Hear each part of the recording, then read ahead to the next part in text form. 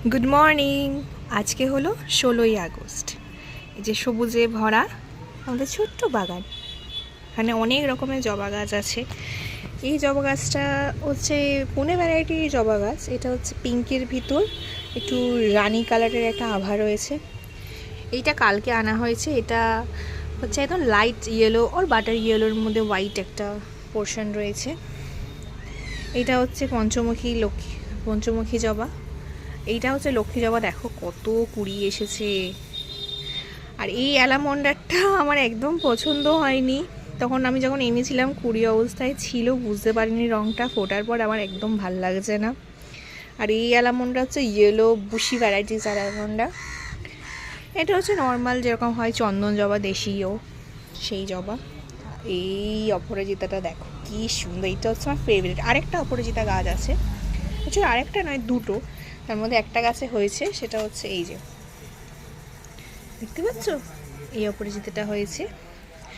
আর অনেক কটা দুপাটি গাছে দানা ফেলেছিলাম, অনেক কটা হয়েছে। বাট লাস্ট অবধি যেটা সার্ভাইভ করেছে সেটা হচ্ছে এইটা।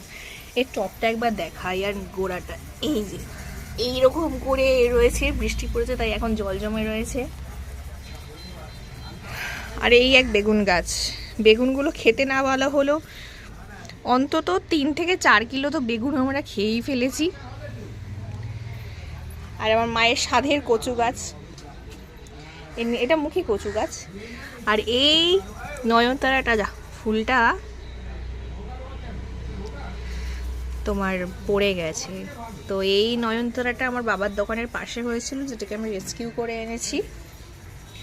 আর এখানে এই একটা জবা গাছ দেখতে পাচ্ছ, এখনো কোনো কুড়ি আসেনি। দাঁড়া, এটা হলুদ পাতা হয়েছে, এটা ফেলে দিই।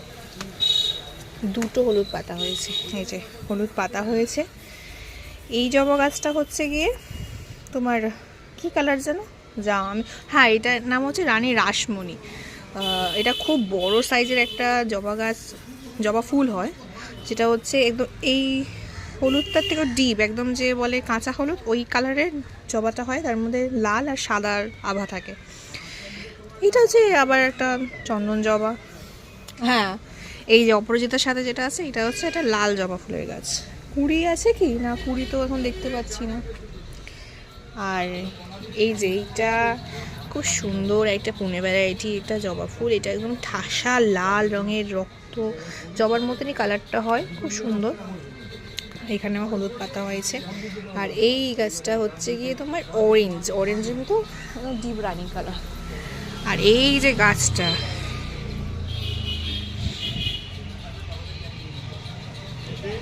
এই গাছটা তোমার আমি 2009 সালে 15ই আগস্টের সময় বসে প্রতিযোগিতাতে আমি সান্ত্বনা পুরস্কার পেয়েছিলাম।